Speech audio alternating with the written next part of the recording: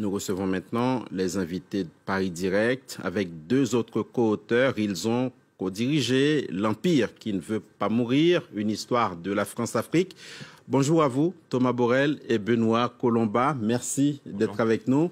La jaquette du livre donne le ton de ce qu'il y a à l'intérieur. Guerre, pillage, racisme, coup d'État, corruption, assassinat. Vous allez droit au but, messieurs. Je ne sais pas qui va répondre à la première question.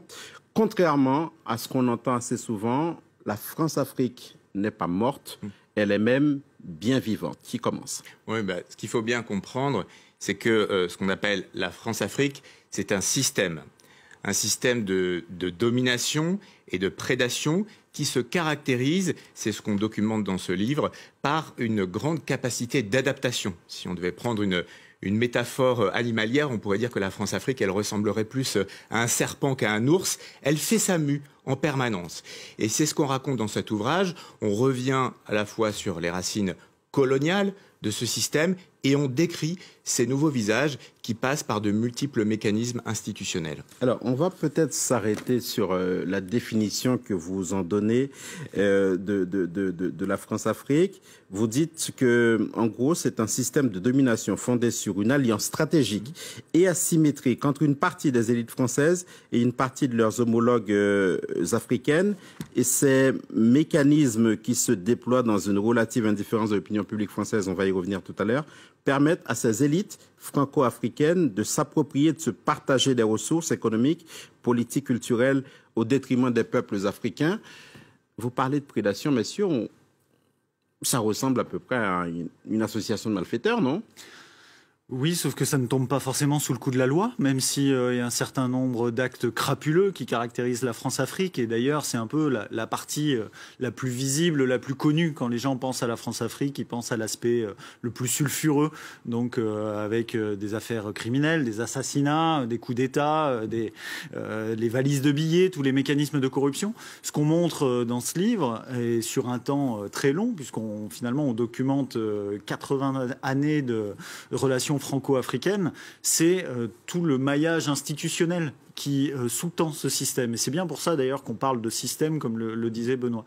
Donc effectivement, il y a un mécanisme, un système de prédation, mais qui repose en bonne partie sur des fondations légales. Et c'est une grosse partie du problème. Et donc vous passez au crible ces rapports entre la France et le continent. Il y a un passage, Benoît Colomba, qui m'a interpellé sur la transition entre un impérialisme formel, un impérialisme informel. Vous dites en somme que ce qu'on a appelé les indépendances ne participait au fond que d'une grande illusion, que d'un tour de passe-passe. Expliquez-nous. Oui, c'est ce que je disais tout à l'heure, la grande capacité d'adaptation de ce système au moment des indépendances au début des années 60. Le pouvoir gaulliste a choisi sciemment d'organiser ces indépendances formelles, mais tout en poursuivant ce système avec ce qu'on appelait le néocolonialisme. Donc la France-Afrique a continué à travers des dispositifs comme l'aide au développement, la coopération. Mais en fait, les deux allaient de pair. Il y a une phrase d'ailleurs de Michel Debré, l'ancien Premier ministre français, qui, un responsable gabonais, a dit à l'époque, l'indépendance, elle va de pair avec la coopération.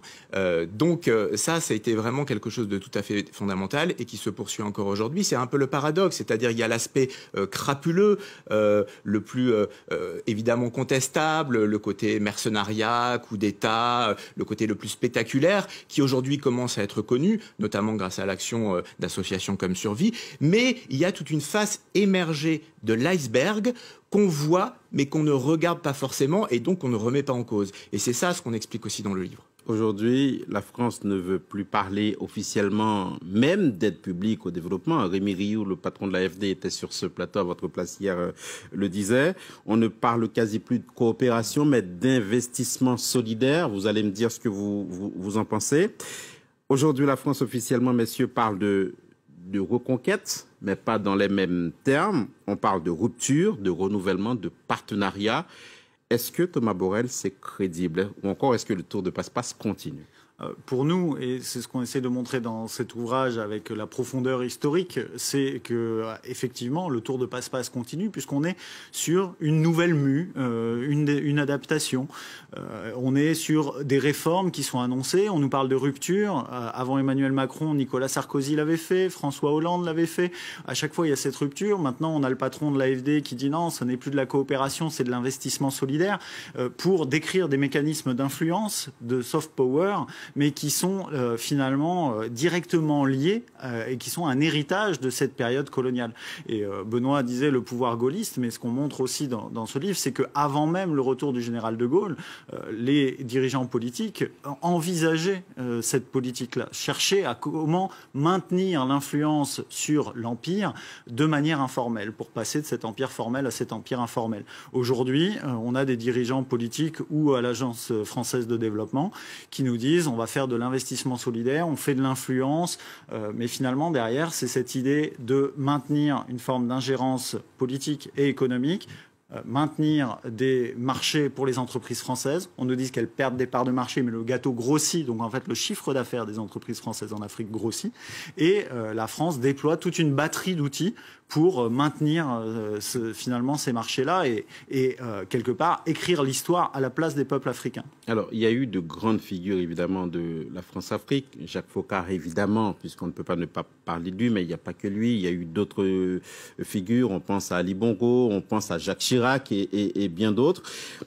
Quels sont aujourd'hui ce qu'on pourrait appeler les gardiens du temple de ce qu'il reste de cette France-Afrique qui s'est transformée?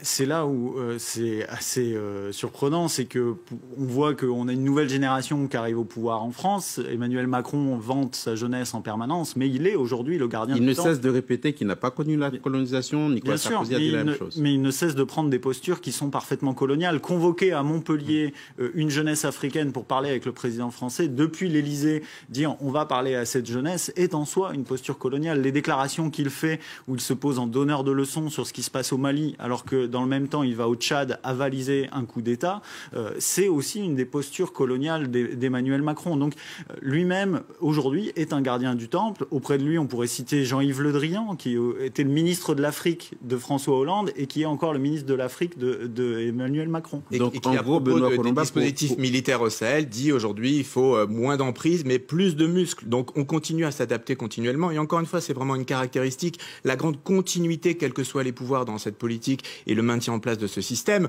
On peut évoquer la figure de François Mitterrand, qui est finalement, c'est très peu connu, un des précurseurs de la France-Afrique dès la 4e République. Donc avant le pouvoir gaulliste, il a été ministre des Affaires d'Outre-mer en 1950. Et on voit qu'effectivement, Emmanuel Macron est le continuateur de cette politique, par d'autres moyens bien évidemment.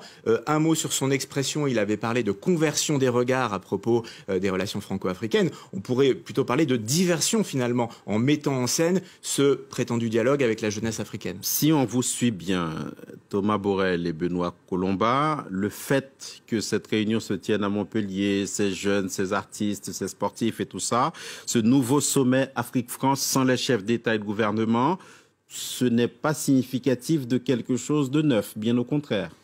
Pas vraiment. On peut d'ailleurs signaler que en mai dernier, il y a déjà eu un sommet avec des chefs d'État africains réunis, c'est très symbolique, autour d'Emmanuel Macron au Grand Palais à Paris. Donc à ce niveau-là, il y a rien de nouveau. Il y a encore une fois les sujets principaux, c'est-à-dire la suggestion monétaire, le maillage militaire, tout ce qui concerne le soft power, la coopération, l'aide dite au développement. Tout ça n'est pas sur la table. Donc les vrais sujets ne sont pas discutés. Justement, pour évoquer les vrais sujet, Thomas Borrell. Dans son rapport, Achille Mbembe, qui est le grand architecte de ce nouveau sommet, préconise une refondation des rapports entre la France et le continent. Mettons qu'on joue le jeu de cette refondation. De votre point de vue, qu'est-ce qu'on serait en droit d'en attendre ? Des choses qu'on ne trouve pas dans les recommandations d'Achille Mbembe. Malheureusement, il parle de refondation. Tout ce qu'il est en train de faire, c'est une relégitimation. Il œuvre à une relégitimation de la politique française en Afrique. Parce qu'on nous dit qu'il n'y a pas de tabou, que les sujets sont sur la table. Il évoque dans son rapport quelques-uns de ces sujets, assez vite et en les documentant bien peu, malheureusement, comme la coopération militaire avec des dictatures, le fait qu'on ait des officiers français au sein des appareils répressifs de ces dictatures, encore aujourd'hui.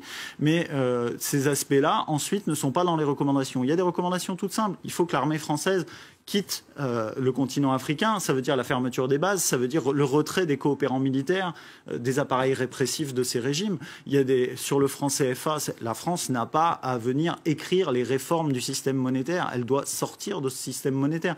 Et tout ça, ça n'est pas dans les recommandations d'Achille Mbembe et ça ne sera pas dans ce qui ressortira de ce sommet. C'est-à-dire qu'on nous dit que tous les sujets sont sur la table pour au final avoir quelques petites réformes qui vont œuvrer à cette relégitimation. On a un écran de fumée assez efficace, il faut le dire, et c'est assez décevant qu'Achille Mbembe se prête à ce jeu-là. Benoît Colombin. Non, peut-être simplement ajouter que, puisque ça fait partie des propositions qui s'avançaient, ce n'est pas en organisant, mettant en place un fonds qui sera censé aider la société civile africaine. C'est pas le problème finalement. Le problème, c'est arrêter de soutenir des dictateurs qui oppriment leur peuple et arrêter de poursuivre des dispositifs institutionnels qui continuent de maintenir cette domination justement et à la perpétuer.